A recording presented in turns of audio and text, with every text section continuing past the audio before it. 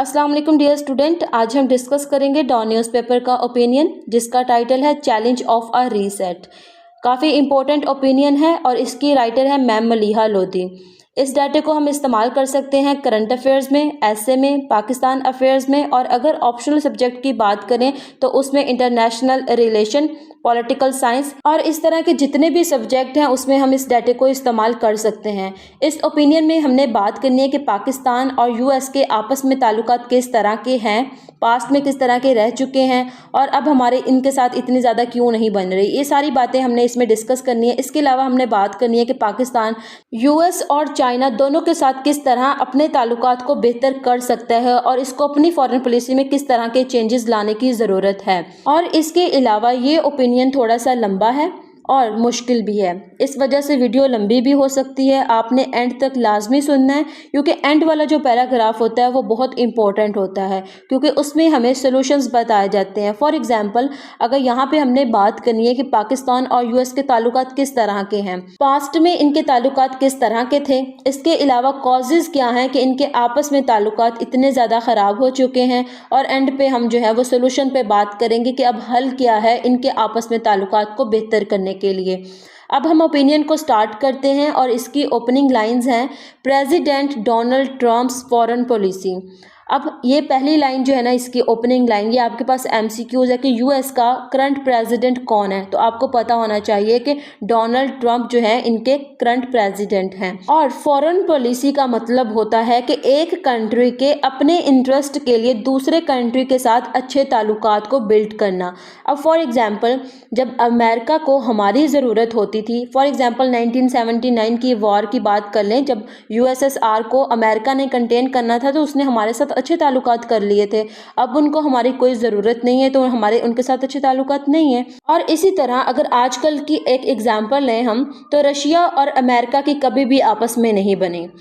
तो जो यूक्रेन है, इनकी जब जंग लगी थी रशिया के साथ तो यूक्रेन को सपोर्ट करता था अमेरिका, लेकिन अब क्या हुआ, इनको यूक्रेन में कोई अपना फ़ायदा नज़र नहीं आ रहा तो इन्होंने रशिया के साथ अपने ताल्लुकात को बेहतर कर लिए और यूक्रेन को साइड पे कर दिया। तो ये होती है फॉरेन पॉलिसी कि president Donald Trump's foreign policy actions and pronouncements. Pronouncements कहते हैं स्टेटमेंट को, अनाउंसमेंट को। जिस तरह ट्रम्प ने स्टेटमेंट दी, कुछ दिन पहले हमने एक एडिटोरियल डिस्कस किया था जिसमें राइटर ने हमें बताया था कि ट्रम्प गज़ा एक प्लान आया है, एक एआई जनरेटेड वीडियो उसने क्रिएट करके सोशल मीडिया पर अपलोड कर दी है, तो उसने हमें बहुत ज़्यादा डिस्टर्ब कर दिया। इसके अलावा किस तरह की उसकी स्टेटमेंट होती थी कि मैंने जो है वो ग्रीनलैंड खरीद लेना है डेनमार्क से, और इसके अलावा 51 स्टेट्स बना लेनी है कनाडा को अपने साथ शामिल करके, पनामा कनाल को भी अपने साथ शामिल कर लेना। तो इस तरह की जो स्टेटमेंट है ना वो देता रहा है। Have created geopolitical upheaval. Upheaval का मतलब होता है डिस्टर्ब कर देना। At an already unsettled time in the world. अब देखिए जिस तरह की इसने स्टेटमेंट दी हैं, जैसे हम सिर्फ इसी की बात कर लें गज़ा ट्रम्प की ही, तो इसने एक जियोपॉलिटिकल टेंशन पैदा कर दिया, डिस्ट्रप्शन पैदा कर दिया, लोग डिस्टर्ब हो गए हैं इसकी स्टेटमेंट की वजह से। At an already unsettled time in the world. अब ऑलरेडी अनसेटलमेंट क्या है, जिस तरह हम एग्जाम्पल ले लें मिडल ईस्ट की ही, कि वहाँ पे इसराइल और फ़लस्तीन की आपस में जंग लगी हुई है, सीरिया जो है वहाँ पे क्राइसिस चल रहे हैं, सीरिया क्राइसिस। इसके अलावा पाकिस्तान की जो है वो अफ़गानिस्तान के साथ ताल्लुकात ख़राब हैं, इसके अलावा रशिया यूक्रेन के ताल्लुकात ख़राब हैं। तो ये पहले से जो है ना वो काफ़ी ज़्यादा जो दुनिया है वो डिस्टर्ब थी, अनसेटल थी, और ये ऊपर से जो डोनाल्ड ट्रम्प है उसकी फॉरेन पॉलिसी ने और उसकी जो प्रोनाउंसमेंट थी, स्टेटमेंट थी, उसने मज़ीद जो है वो आग लगा दी है। It has sent countries scrambling. Scrambling का मतलब होता है ऑर्डर जारी कर देना। To find ways to navigate. Navigate का मतलब होता है कि रास्ते तलाश करना। The new global terrain. Terrain का मतलब होता है domains. And figure out how to engage with Washington under Trump's mercurial management. Mercurial management का मतलब होता है कि अनप्रिडिक्टेबल लीडरशिप स्टाइल। जिस तरह जो डोनाल्ड ट्रम्प है वो कोई भी स्टेटमेंट दे देते हैं वो अनप्रिडिक्टेबल होती है। ही हैज़ अपेंडेड अपेंडेड का मतलब होता है पोजीशन सेट करके रखी हुई है US foreign policy on several fronts, कि एक टाइम पर उसने सिर्फ एक कंट्री के साथ ताल्लुकात को बेहतर नहीं किया हुआ हमारी फॉरेन पॉलिसी के मुताबिक, कि हमारी सिर्फ एक टाइम पर सिर्फ चाइना के साथ ही बन रही होती है। तो यहाँ पर ही से मुराद है ट्रंप, कि ट्रंप ने जो यूएस फॉरेन पॉलिसी की जो पोजीशन सेट की है ना, वो सेवरल फ्रंट के अकॉर्डिंग की है, including the Middle East and Ukraine. जेटिसंट का मतलब होता है ड्रॉप कर देना। वेस्टर्न अलायंस मीन के जो आपस में ताल्लुकात को बेहतर कर लेते हैं, दोस्ती कर लेते हैं, इत्तेहाद कर लेते हैं। ऑल बट अबेंडेंट का मतलब होता है लेफ्ट कर देना। दी ट्रांस अटलांटिक अलायंस, अब ट्रांस अटलांटिक अलायंस से मुराद है नेटो का तो आप सबको पता होगा कि बनाई गई थी रशिया को टैकल करने के लिए, कि हमने इसको जो है ना वो रीजन में इन्फ्लुएंस बढ़ने नहीं देना, और नेटो में शामिल था यूरोप और north America. And delivered more blow mean के हिट करना टू मल्टीलेटरलिज्म। हिज इम्पोजिशन का मतलब होता है नाफज करना, इम्पोज करना ऑफ टैरिफ्स कहते हैं टैक्सेस को, on friends and competitors alike has raise the spectre of a global trade war. Spectre का मतलब होता है थ्रेट, खतरा पेश करना। Trump's America first unilateralist approach is further fragmenting mean के ब्रेक कर देना, छोटे छोटे हिस्सों में तोड़ देना। The global order and ushering mean के वजह बनता है cause in a disruptive and volatile phase. Volatile का मतलब होता है कि इंस्टेबिलिटी पैदा कर देता है इन इंटरनेशनल अफेयर्स में। अब देखिए यहाँ पर हमारा एक पैराग्राफ कंप्लीट होता है जिसमें हमने बात की है कि यूएस फॉरेन पॉलिसी के बारे में, कि ट्रंप ने किस तरह फॉरेन पॉलिसी को शेप दिया है, किस तरह के एक्शंस लिए हैं, क्या प्रोनाउंसमेंट दिए हैं उसने, और इसका अगर हम इंटरनेशनल अफेयर्स पे बात करें या जियो पॉलिटिक्स पे बात करें तो क्या उन पे इम्पैक्ट आएगा, और किस तरह जो दूसरे कंट्रीज़ हैं वो अब ट्रंप के अंडर उनके साथ ताल्लुकात को बेहतर करने के लिए कोशिश करेंगी या रास्ते ढूंढेंगी कि हमने अब किस तरह इंगेज करना है विद वाशिंगटन जो है ये कैपिटल है अमेरिका का, अंडर ट्रम्प्स मिक्यूरियल मैनेजमेंट। अब ये जो थी ना हमने बात की पूरे लेवल पे, इंटरनेशनल लेवल पे। अब हमने बात करनी है पाकिस्तान के कॉन्टेक्स्ट में, कि this is the context in which Islamabad is weighing where it will figure with Trump's America. Weighing का मतलब होता है फाइंड आउट करना, मेयर करना, कि अब हम किस तरह ट्रम्प्स अमेरिका के साथ अच्छे ताल्लुकात बना सकते हैं। Both the government and opposition have been trying, कि अब दोनों जो है, एक गवर्नमेंट जो कि रूलिंग पार्टी है और ओपोजिशन, ये दोनों जो हैं वो कोशिशें कर रहे हैं। सो फार मीन के अभी तक अनसक्सेसफुली, कि अभी तक ये कामयाब नहीं हुए हैं कि हमने ट्रम्प्स अमेरिका के साथ किस तरह ताल्लुकात को बेहतर करना है। टू एलिसिट का मतलब होता है ऑब्टेन करना, हासिल करना। The new administration attention, new administration से मुराद है कि ट्रम्प की ये जो सेकंड टर्म है इसमें किस तरह उनकी अटेंशन को हासिल करना है। तो जितनी भी मेयर्स की गई हैं, फाइंड आउट किए गई हैं चीज़ें कि ट्रंप के साथ किस तरह ताल्लुकात को बेहतर किया जाए, वो अभी तक के लिए जो है वो फेल हो चुकी हैं, अनसक्सेसफुल रही हैं। In fact relations between the US and Pakistan have been at an inflection point. Inflection point इसको कहा जाता है कि आपके जो ताल्लुकात हैं वो नीचे की तरफ जा रहे हैं, आपके ताल्लुकात अच्छे नहीं हैं, बेहतर नहीं हैं। Since the America withdrawal from Afghanistan in 2021। अभी आपके पास MCQs है कि अमेरिका ने अपनी फौजें कब निकाली थी अफगानिस्तान से, तो आपको पता होना चाहिए कि 2021 में ये ऐसा हुआ था। और कौन सा एग्रीमेंट हुआ था आपको ये भी पता होना चाहिए, वो भी हम आगे जाके पढ़ेंगे कौन सा एग्रीमेंट हुआ था। फार ओवर 2 डेकेड्स, एक डेकेड में 10 साल होते हैं। The war in Afghanistan provided the principal basis का मतलब होता है कि जो यूएस है ना, इसने हमें पैसे दिए थे कि हम इनका साथ दें। Principle basis for engagement between the US and Pakistan even as it became source of mutual का मतलब होता है कि दोनों के आपस में। मिसट्रस्ट का मतलब होता है कि आपका यकीन ना करना एक दूसरे पे। एंड दिस इंचेंटमेंट डिसइंचेंटमेंट का मतलब होता है कि डिसअपॉइंटमेंट, मायूसी। आफ्टर दैट एंडेड, कि जब ये ख़त्म हो गया, ये वार ख़त्म हो गई, पाकिस्तान डिमिनिश्ड मीन के खो दिया, ख़त्म हो गई geopolitical importance for Washington, drove relations to a low point. कि जब वही बात हो गई कि मैंने आपको बताया कि फॉरेन पॉलिसी का मतलब होता है कि अपने कंट्री के इंटरेस्ट के लिए आप दूसरे कंट्री के साथ अच्छे ताल्लुकात कर लो। तो जब इनका इंटरेस्ट ख़त्म हो गया तो पाकिस्तान ने खो दी diminished geopolitical importance for Washington, drove relation to a low point. तो तब इनके जो ताल्लुकात थे वो ख़त्म होना शुरू हो गए, क्योंकि अब इनको तब यूएस को हमारे साथ कोई भी काम नहीं पड़ा उसके बाद। On the other hand, Pakistan long standing strategic ties with China continue to intensify. और इसके साथ एक तो रीज़न ये थी कि अब उनके लिए जो वाशिंगटन है, अमेरिका, उनके लिए हमारी जियो पॉलिटिकल इम्पोर्टेंस कोई बाकी नहीं रही थी। उन्होंने हमसे अपना काम करवा लिया था। और दूसरी साइड पे क्या हुआ कि पाकिस्तान के जो ताल्लुकात थे वो बेहतर होना शुरू हो गए चाइना के साथ, और जो अमेरिका है उसकी कभी भी चाइना के साथ नहीं बनी। तो ये एक वजह थी जिसने मज़ीद इंटेंसीफाई कर दिया, मज़ीद जो है वो ताल्लुकात को ख़राब कर दिया। Increasingly America was seen as a self absorbed का मतलब होता है कि सिर्फ अपनी फ़िक्र करना, अपना फ़ायदा देखना। एंड इनकंसिस्टेंट पार्टनर से मुराद है कि अमेरिका का जब दिल करता था वो पाकिस्तान की जो इन्वेस्टमेंट है वो रोक देता था, मदद नहीं भेजता था।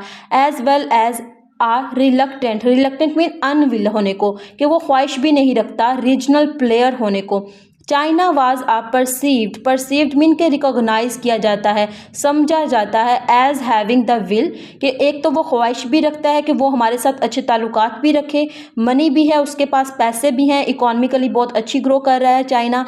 एंड ग्रोइंग ग्लोबल क्लाउड का मतलब होता है कि उसका जो इन्फ्लुएंस है ना पॉलिटिकली और इकोनॉमिकली वो बढ़ता जा रहा है over world. Needed for a more constructive and enduring relationship से मुराद है कि long lasting relation that met both Pakistan defence and economic interest. अगर इकोनॉमिक इंटरेस्ट की बात करें तो हमारे पास सी प्रोजेक्ट है। इसके अलावा अगर पाकिस्तान डिफेंस की बात की जाए तो पाकिस्तान को जब भी कोई ज़रूरत होती है तो चाइना जो है वो अपनी एड फराहम करता है पाकिस्तान को।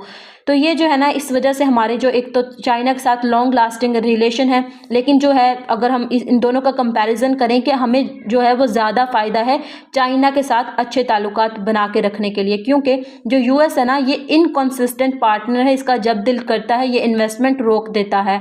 और इसके अलावा सेल्फ एब्जॉर्ब्ड है कि अपनी फ़िक्र करता है, अपना फ़ायदा देखता है। लेकिन चाइना जो है एक लंबे अरसे से इनके साथ हमारी दोस्ती है और इसके साथ साथ ये एक नई इमर्ज सुपर पावर भी है। नेवरदलेस पाकिस्तान सॉर्ट मीन तलाश करना, try to obtain a reset mean के दोबारा से स्टार्ट करना, सारी बातें भुलाकर। इन टाइज मीन ताल्लुकात को with the US, but this proved elusive mean के डिफ़िकल्ट है। लेकिन अगर हम कहें कि हम ताल्लुकात बेहतर करते हैं यूएस के साथ तो ये जो है ना थोड़ा सा मुश्किल होगा। क्यों मुश्किल होगा? क्योंकि यूएस जो है इनकी इंडिया के साथ बहुत बनती है और पाकिस्तान की इंडिया के साथ नहीं बनती, पाकिस्तान की चाइना के साथ बनती है, लेकिन जो यूएस है इसकी चाइना के साथ नहीं बनती। तो ये बहुत एक डिफ़िकल्ट चीज़ है कि हम इनके साथ अब बेहतर ताल्लुकात बना सकेंगे। President Joe Biden's tenure saw little high level engagement and he showed no interest in interacting with Pakistan leader. अब ये हमारे पास फैक्ट आ जाता है कि पाकिस्तान के जो ताल्लुकात है ना, अगर हम ट्रम्प से पहले वाली एडमिनिस्ट्रेशन की बात कर लें, जब प्रेसिडेंट थे जो बाइडन, तो उनके टेन्योर में भी हमारे इतने अच्छे ताल्लुकात नहीं रहे उनके साथ, लिटिल हाई लेवल इंगेजमेंट रही हैं। और इसके अलावा उन्होंने भी कोई इंटरेस्ट शो नहीं करवाया कि वो इंटरेक्ट करें, मीन के आमना सामना करें with Pakistan leaders. The low point in relations was also reflected in the fact that the US Secretary of State never once visited Pakistan during the Biden years. के अब ये हमारे पास एक फैक्ट आ जाता है कि अगर हम बात करें कि यूएस और पाकिस्तान के आपस में ताल्लुकात किस तरह के रहे हैं, तो पास्ट में हम बात करेंगे कि अगर ट्रम्प की पहली एडमिनिस्ट्रेशन की भी बात करें तो तब इवन के यूएस सेक्रेटरी ऑफ स्टेट ने पाकिस्तान को एक बार भी विजिट नहीं किया। और दूसरी साइड पे जो बाइडन था उन्होंने भी कोई भी इंटरेस्ट शो नहीं करवाया कि वो इंटरेक्ट करें पाकिस्तान के लीडर्स के साथ। military to military contacts however continue as did city corporation. City corporation का मतलब होता है कॉरपोरेशन ट्रस्ट कंपनी. दी बाइडेन एडमिनिस्ट्रेशन पार्टिंग शूट का मतलब होता है कि जब बाइडेन के आखिरी दिन थे ना, तो वो जाते जाते एक ऐसा काम करके जिसकी वजह से हमें काफ़ी ज़्यादा नुकसान हुआ है. तो parting shot was to impose का मतलब होता है किसी के ऊपर कोई चीज़ लगा देना, नाफज कर देना. Sanctions on several Pakistani entities कहते हैं ऑर्गेनाइजेशंस को. Adding its missile programme. अब आप सबको पता होगा कि पाकिस्तान के मिसाइल प्रोग्राम के ऊपर सैंक्शंस लगा दी थी अमेरिका ने. Although this had little impact, the tough statement accompanying का मतलब होता है किसी चीज़ का हो जाना. The move promptly का मतलब होता है फौरन. Denounced का मतलब होता है कि कोई चीज़ पब्लिकली गलत करार दे देना. By Islamabad. Did sour ties का मतलब होता है कि अब आपके आपस के ताल्लुकात इतने ज़्यादा जो है ना वो फ्रेंडली नहीं रहे हैं, लेस फ्रेंडली हो चुके हैं. इन ट्रम्प्स फर्स्ट टर्म. अब हमने बात करनी है कि ट्रम्प के जब पहली एडमिनिस्ट्रेशन आई थी तब हमारे आपस में ताल्लुकात किस तरह के थे. In Trump's first term relation got off mean के स्टार्ट हुए थे to a turbulent start mean के हमारे आपस के जो ताल्लुकात थे ना वो इतने अच्छी चीज़ से स्टार्ट नहीं हुए थे, बड़ी मुश्किलात से स्टार्ट हुए थे. मतलब हम लोगों ने बहुत सारे मसाइल फेस करना स्टार्ट कर दिए थे स्टार्टिंग में ही. When he accuse Pakistan of lies mean झूठे एंड डिसीट मीन धोखेबाज. Claiming it was not helpful in Afghanistan. और उसने ये क्लेम किया ट्रम्प ने कि ये हेल्प नहीं कर रहे थे अफगानिस्तान की. Despite receiving billions of dollars in US add. कि ये जो पाकिस्तान वाले ना ये अफगानिस्तान की मदद नहीं कर रहे थे, ये झूठे हैं और धोखेबाज हैं. और इसके अलावा ये मदद के नाम पर बिलियन ऑफ डॉलर्स लेते रहे हैं यूएस से. तो ये जो है ना ट्रम्प ने आते ही जो है वो अपनी एक ऐसी स्टेटमेंट दे दी थी. इस वजह से राइटर जो है वो स्टार्टिंग में लिख रही हैं कि in Trump's first term relation got off mean के स्टार्ट हुए थे to a turbulent start when he accuse. उसने इल्ज़ाम लगाया था पाकिस्तान के ऊपर कि वो झूठे हैं और धोखेबाज हैं. He went on to suspend security assistance including coalition support fund. के इसके साथ साथ इसने जो है ना वो सस्पेंड कर दी थी, ख़त्म कर दी थी सिक्योरिटी असिस्टेंट कहते हैं मदद करने को, इंक्लूडिंग कॉलिएशन सपोर्ट फंड. और जो हमें उनकी तरफ से फंड मिलता था कॉलिएशन सपोर्ट फंड जो टेररिज्म को ओवरकम करने के लिए था कि आप जो हो ना वो अपने मुल्क से टेररिज्म को कम करो, वो भी इसने ख़त्म कर दिया था. बट री इंगेजमेंट गोट अंडरवे एक इडियम है जिसका मतलब होता है इन प्रोग्रेस. के री इंगेजमेंट की जो कोशिशें थी वो प्रोग्रेस में रही. हमने बार बार कोशिश करते रहे कि इनके साथ अच्छे ताल्लुकात बना लें. व्हेन ट्रम्प और जब ट्रम्प ने जो फैसला किया डिसाइड किया ऑन एग्जिटिंग मीन के बाहर निकालने का, विड्रा करने का, अफगानिस्तान से अपने फौजियों को निकालने का. तो उसने क्या किया कि अफगानिस्तान एंड सॉर्ट मीन कि उसने तलाश की, नज़र डाली हम पर. पाकिस्तान हेल्प फॉर टॉक कि पाकिस्तान से उसने फिर मदद मांगी कि वो बात करे विद द तालिबान के साथ. टू स्ट्राइक अ डील एक इडियम है जिसका मतलब होता है कि एक एग्रीमेंट करना, डील करना एट डोहा. अब इस डोहा एग्रीमेंट का आपको पता होना चाहिए कि जब आर्मी निकाली थी ट्रम्प ने अपनी अफगानिस्तान से तो कौन सा एग्रीमेंट हुआ था, तो डोहा एग्रीमेंट हुआ था. इसका आपको पता होना चाहिए. अपार्ट फ्रॉम डैट और इन सब चीज़ों के अलावा डैट एंड दी एविडेंट जेन्यलिटी कहते हैं दोस्ती को, फ्रेंडशिप को, between Trump and former prime minister Imran Khan. The bilateral relationship remained undefined and shorn of substance से वक्त गुजरने के साथ साथ किसी चीज़ की जो वैल्यू है वो कम होती जाती है. तो shorn of substance का मतलब ये होता है. अब देखिए यहाँ पर जब जो ट्रम्प की एडमिनिस्ट्रेशन आने वाली थी तो बहुत ज़्यादा हवा में बातें की जा रही थी कि अब ये जो ट्रम्प है ना ये इमरान खान को बाहर निकाल देंगे. तो ऐसा कुछ भी नहीं होना था क्योंकि मैंने आपको स्टार्टिंग में ही बता दिया कि ट्रम्प्स फॉरेन पॉलिसी, बल्कि फॉरेन पॉलिसी कोई भी होती है वो हमेशा कंट्री के इंटरेस्ट की बेस पे होती है, किसी इंडिविजुअल की बेस पे नहीं होती कि मेरी इस बंदे के साथ दोस्ती है तो मैंने ऐसा कर लेना. ऐसा हरगिज़ नहीं होता. तो ये सारी जो बातें की जा रही थी ये फजूल में थी, बेकार थी कि ट्रम्प जो है ना वो आएंगे तो इमरान खान को जेल से निकाल देंगे. ऐसा कुछ भी नहीं होने वाला था. तो ये जो बायलैटरल रिलेशनशिप होते हैं ना ये सिर्फ आपस में होते हैं, ये कंट्रीज़ के नहीं होते, इंसानों के आपस के ताल्लुकात नहीं होते, मुल्क के आपस के ताल्लुकात होते हैं. This posed the challenge then as it does today of resetting ties in a fundamentally changed global and regional environment. The history of the roller coaster relationship. Ruler coaster relationship का मतलब होता है कि कभी आपके जो ताल्लुकात हैं आपस में वो हाई पीक पे होते हैं, बहुत अच्छे होते हैं, और कभी बिल्कुल लो होते हैं, डाउन होते हैं, आपकी दोस्ती जो है वो इतनी अच्छी नहीं होती। विद साइक्लिकल स्विंग्स का भी मतलब यही होता है कि कभी ताल्लुकात अच्छे हैं और कभी बहुत बुरे हैं। बिटवीन इंटेंस इंगेजमेंट के कभी बहुत अच्छे हैं, इंटेंस इंगेजमेंट के आपकी हर बात मानी जा रही है, आपकी कंट्री में इन्वेस्टमेंट भी हो रही है यूएस की तरफ से, आपको एड भी फ्राहम की जा रही है, इकोनॉमिकली, मिलिट्री, पॉलिटिकली सारी एड्स दी जा रही हैं आपको।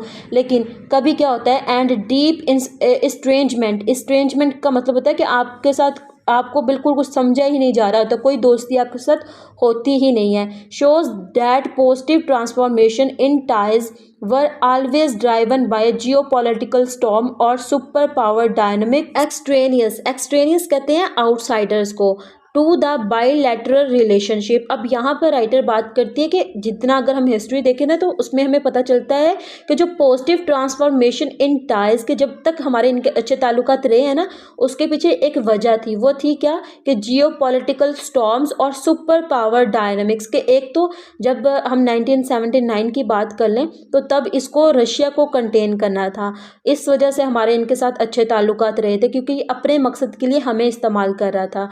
तो इस वजह से ये जो है ना, जब भी हमारी पॉजिटिव ट्रांसफॉर्मेशन हुई है इन टास्क तो इसका कोई ना कोई फ़ायदा रहा है हमारे साथ। तो इस वजह से राइटर ने हमें स्टार्टिंग में बताया था कि America was seen as a self absorbed, के वो अपनी फिक्र करता है, हमेशा अपना फ़ायदा देखता है। आगे राइटर लिखती हैं, America's shifting geopolitical concerns that shaped its regional priorities also define relations with Pakistan.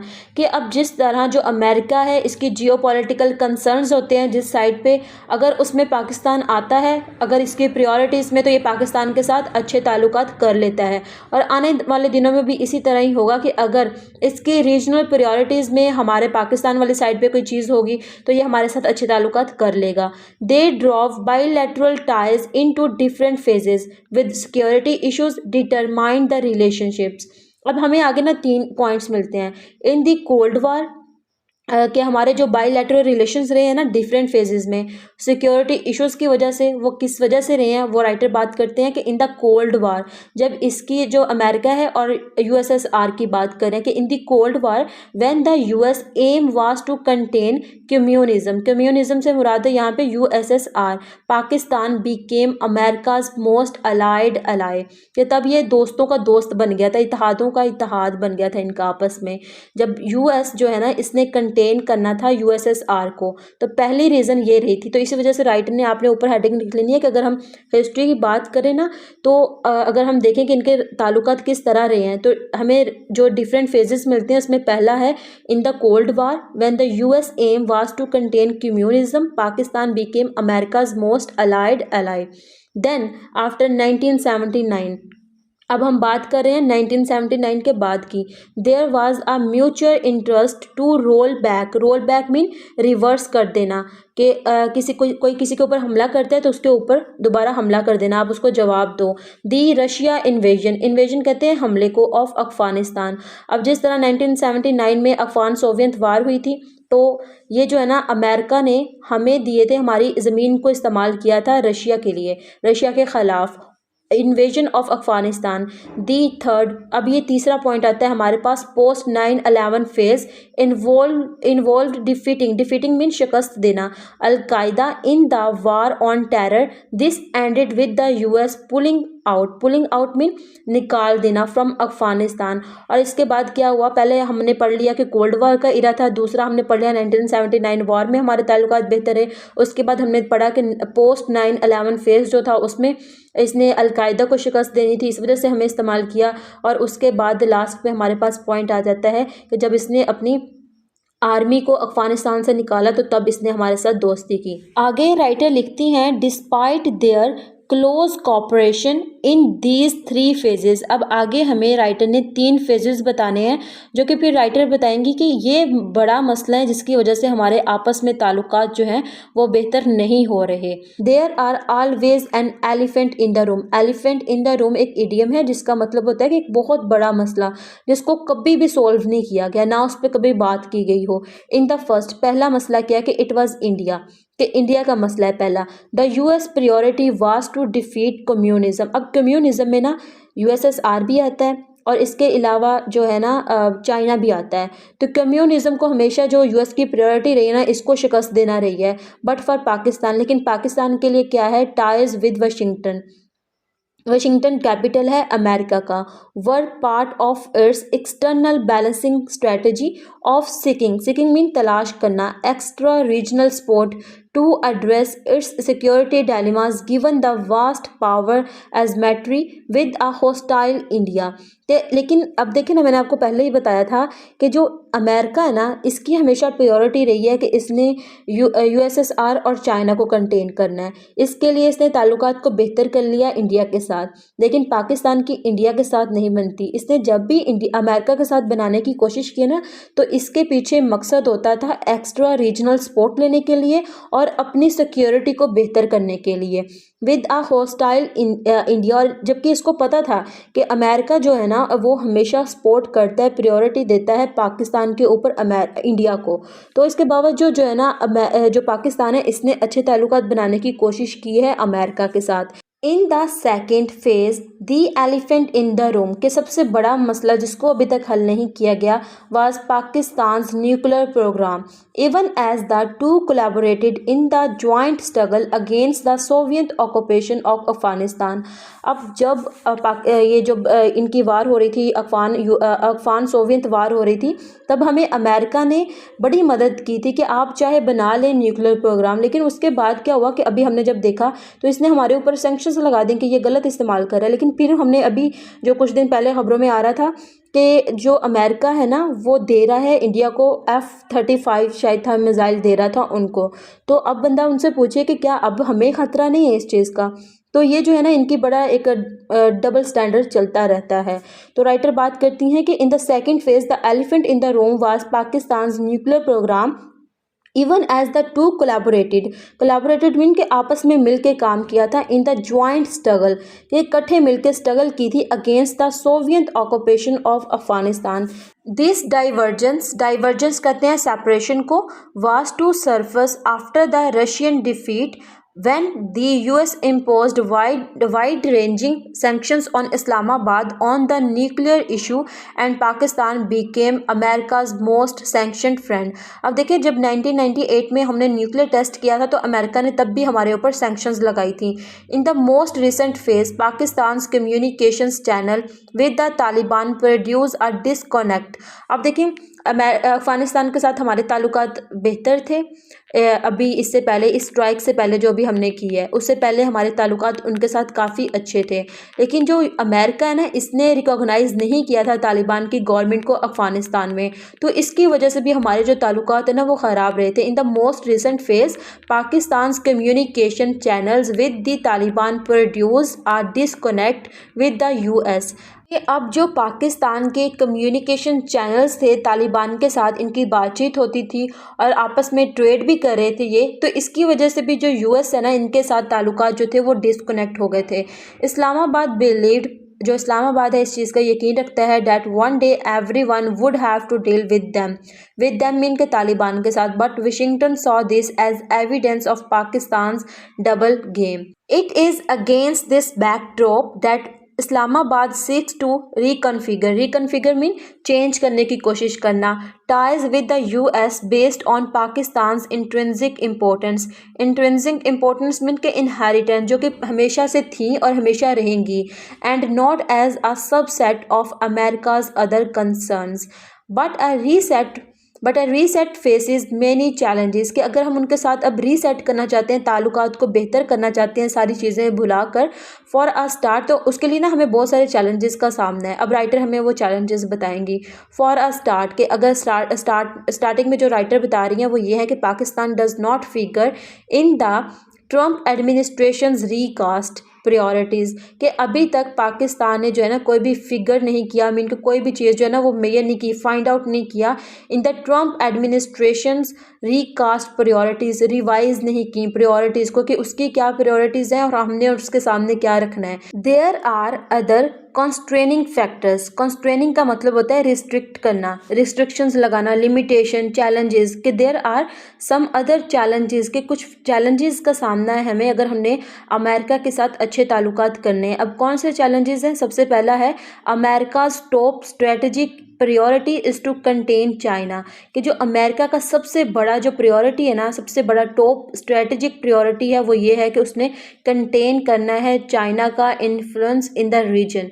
Although Pakistan says it want to balance relations between the US and China, लेकिन जो पाकिस्तान है उसने ये कहा है कि मैं जो हूँ ना वो बैलेंस करना चाहता हूँ। ये नहीं कि मैं अगर मेरी चाइना के साथ बन रही है तो मैं यूएस की दुश्मनी मोल ले लूँ, ऐसा नहीं करना चाहता। मैं रिलेशन जो है वो बैलेंस करके लेके जाना चाहता हूँ।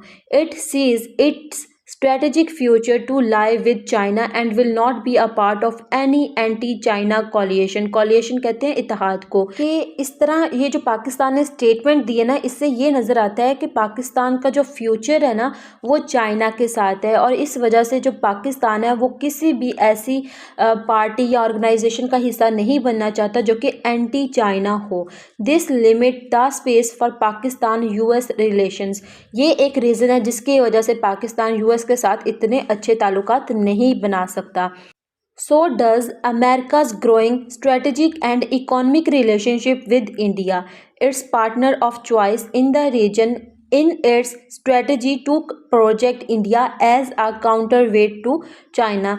अब वही वाली बात जो मैं स्टार्टिंग से करती आ रही हूँ कि अमेरिका ने जो है ना वो इंडिया के साथ दोस्ती कर ली क्योंकि वो पाकिस्तान के साथ नहीं कर सकता था, क्योंकि पाकिस्तान जो है वो किसी भी ऐसी ऑर्गेनाइजेशन का हिस्सा नहीं बनना चाहता जो कि एंटी चाइना हो। लेकिन जो है अमेरिका, इसकी तो प्रायोरिटी है कि इसने चाइना को कंटेन करना है और इसका इन्फ्लुएंस नहीं बढ़ने देना। तो इस वजह से जो पाकिस्तान का जिसके साथ नहीं बनती थी तो अमेरिका ने उसके साथ दोस्ती शुरू कर दी, और वो था इंडिया, और उसके साथ जो है इकोनॉमिक रिलेशंस बिल्ड करना स्टार्ट कर दिया और उनके साथ प्रोजेक्ट को स्टार्ट करना शुरू कर दिया कि हम जो है ना इनके साथ दोस्ती कर लेते हैं। अब देखिए जो इंडो पैसिफिक ओशन है तो उसमें इंडिया ही जो है वो चाइना को कंटेन कर रहा है ना, क्योंकि इसको सपोर्ट कर रहा है America. Finding space between these two strategic reality is a challenge for the Pakistan-US relation। कि ये जो फाइंडिंग है ना जो हमने ऊपर पढ़ी, दो पहली थी कि पाकिस्तान जो है वो किसी ऐसी ऑर्गेनाइजेशन का हिस्सा नहीं बनना चाहता जो कि एंटी चाइना हो, क्योंकि पाकिस्तान का जो फ्यूचर है वो चाइना के साथ है, अमेरिका के साथ नहीं है, क्योंकि CPEC प्रोजेक्ट है हमारी कंट्री में। इसके अलावा जो अमेरिका है इसका रिलेशनशिप ज़्यादा मजबूत है इंडिया के साथ। तो ये दो रियलिटीज़ हैं। Two strategic reality is a challenge for the Pakistan-US relationship. Another limited factor is Pakistan's economic weakness, which acts as a major impediment। Impediment कहते हैं किसी चीज़ में रुकावट पैदा करना फॉर मीनिंगफुल रिलेशंस। कि पाकिस्तान की जो इकोनॉमिक कंडीशन है ना वो बहुत कमज़ोर है, तो जो यूएस है वो कभी भी पाकिस्तान में इन्वेस्टमेंट भी नहीं करेगा और उसको कर्जा भी नहीं देगा। तो इस वजह से ये जो है ना हम उनके साथ इतना अच्छा रिलेशन बिल्ड नहीं कर सकते। Important as future relation with the US are perhaps until Pakistan is able to empower itself economically and fix its domestic problem, a phase of benign disengagement between the two countries is preferable. अब यहाँ पर writer बात ये करना चाह रही हैं कि इम्पोर्टेंट एज फ्यूचर रिलेशन, कि अगर हम चाहते हैं ना कि अगर हमारा फ्यूचर में अच्छा ताल्लुक़ हो यूएस के साथ, तो इसके लिए ना फ़िलहाल के लिए जो ताल्लुकात है ना उनको ऐसा ही रहने देना चाहिए, क्योंकि इस दौरान पाकिस्तान क्या करेगा, खुद को एम्पावर करेगा it's self economically and fix it's domestic problem, और ख़ुद के जितने भी डोमेस्टिक प्रॉब्लम्स हैं जैसे पाकिस्तान में टेररिज्म है इसको कम करे, जो सिंध प्रोटेस्ट कर रहा है, बलूचिस्तान कर रहा है, ये जो भी उनके मसले मसाइल हैं उनको हल करे। तो तब तक के लिए खुद को एम्पावर करे और अपने जो डोमेस्टिक प्रॉब्लम्स हैं उनको हल करने की कोशिश करे। A phase of benign, benign का मतलब होता है कि कोई एक काम करना जिसका कोई इतना ज़्यादा इफ़ेक्ट ना हो, नुकसान ना हो। Disengagement between the two countries is preferable, कि अब ये जो हमारी डिसएंगेजमेंट है, आपस के ताल्लुकात इतने ज़्यादा बेहतर नहीं है ना, ये दोनों कंट्रीज़ के लिए प्रेफरेबल है। Keeping its its head down, अपना सर नीचे रखें, फॉर नाउ, अब के लिए, with an administration that only wants to play by its own rules and whose proclivity कहते हैं अपनी लाइकिंग को, अपनी पसंद को, फॉर कैप्रीशियस कहते हैं अनप्रिडिक्टेबल होने को, conduct mean management, can create unnecessary problems in an option worth considering by Pakistan. This is not an argument to put diplomacy on hold. Hold mean postpone कर देना, but to consider whether over eagerness for engagement with a preoccupied and transactional Washington without having much to offer or gain is in Pakistan's interest. Showing strategic patience and waiting it out may serve the country better. अब ये सारा जो opinion हमने पढ़ा है ना, ये सारा बहुत इंपॉर्टेंट था। इसमें हमने बहुत इंपॉर्टेंट चीज़ें पढ़ी हैं और लास्ट पे यही वाली बात बताई गई है कि जैसे आप सबको पता होगा कि यूएस एड जो पाकिस्तान जो अमेरिका है, यूएस एड इसने बंद कर दिया, इसको एंड कर दिया हर किसी के लिए। तो जो पाकिस्तान है ना, अब इसको चाहिए कि यूएस के साथ ना अभी ताल्लुकात को बेहतर ना करे, अभी जो है ना अपने आप पे फोकस करे और जब ये इस काबिल हो जाए कि ये खुद भी कोई फ़ायदा ले सके यूएस से और उनको कोई दे सके, तब उनके साथ जो है वो इंगेजमेंट कर ले, उनके साथ अच्छे ताल्लुकात कर ले। तो तब तक के लिए जो है वो चुप करके बैठा रहे और अपने जो डोमेस्टिक इश्यूज़ हैं उनको सॉल्व करे, क्योंकि हमने देखा है पाकिस्तान में बहुत सारे मसाइल हैं, उनको हल करने की बहुत शिद्दत से ज़रूरत है। तो ये जो सारे जो हमने आज ओपिनियन में पढ़ा है ना, आपने इसको अपनी फैक्ट बुक में लिखना है। मैंने आपसे पोस्ट किया था, एक क्विज़ था कि किस किस स्टूडेंट ने जो है वो फैक्ट बुक बनाना स्टार्ट कर दिया है। तो माशाल्लाह से मेरे ख्याल में सिर्फ 2-3 बच्चों ने स्टार्ट किया, बाकी सारे के सारे जो है ना वो वैसे वीडियो को सुनते हैं लेक्चर को और कोई भी नोट डाउन नहीं करते। तो आपके लिए अभी ये बेहतरीन टाइम है अगर आप अपनी फैक्ट बुक बनाना स्टार्ट कर दो। मैंने जितने भी ओपिनियन और एडिटोरियल डिस्कस किए ना, उस सब में जो है ना वो अच्छे खासे फैक्ट्स एंड फिगर्स थे जो बहुत इंपॉर्टेंट हैं, और अगर आप उससे अपनी फैक्ट बुक बना लोगे ना तो आपको बहुत ज़्यादा फ़ायदा होगा। अब जिस तरह आज हमने डिस्कस किया है यूएस एंड पाकिस्तान के रिलेशन, हिस्टोरिकल बैकग्राउंड भी देखा, फ्यूचर भी देखा कि अगर फ्यूचर में हमें ताल्लुकात बेहतर करना पड़े तो हमारे सामने कौन कौन से चैलेंजेस हैं। तो ये सारा जो है ना आपके लिए एक इम्पोर्टेंट है, आपका एक पूरा टॉपिक प्रिपेयर हो रहा है। इसके अलावा हमने बहुत सारे ओपिनियन डिस्कस किए हैं इससे पहले भी, आप उनको भी, उस वीडियो को भी सुने और उन लेक्चर्स को भी सुने और अपनी फैक्ट बुक में लिखें। अगर आपने अभी से अपनी फैक्ट बुक और नोट्स बनाना स्टार्ट किए तो 2026 तक आपकी बेहतरीन तैयारी हो सकती है, वरना नहीं हो सकती। तो ये जो होता है ना कि 6 महीने में CSS करें, नहीं हो सकता। तो आप जो है ना अगर अभी से तैयारी करना शुरू करोगे ना तो 2026 तक तैयार होगे। तो इसको तैयार करें और फैक्ट बुक बनाना स्टार्ट करें, ये बहुत इंपॉर्टेंट है। मैं भी कभी आपको अपनी फैक्ट बुक दिखाऊंगी कि मैंने किस तरह बनाई है। और इसके अलावा जैसे आप सबको पता है कि रमज़ान चल रहा है, तो इतना ज़्यादा टाइम नहीं होता और ना ही इतनी ज़्यादा एनर्जी होती है कि इंसान इतना ज़्यादा बोल सके। तो फिर डेली बेसिस पे नहीं तो हम इंशाल्लाह जो है ना वो ओपिनियन नहीं तो एडिटोरियल लाजमी डिस्कस करेंगे। ये भी वैसे 3 मार्च का ओपिनियन है, लेकिन काफ़ी इंपॉर्टेंट और डिफ़िकल्ट था, इस वजह से मैंने सोचा कि आज इसके ऊपर वीडियो बना दी जाए। अब कल मिलते हैं एक नए एडिटोरियल के साथ, तब तक के लिए अल्लाह हाफ़िज़।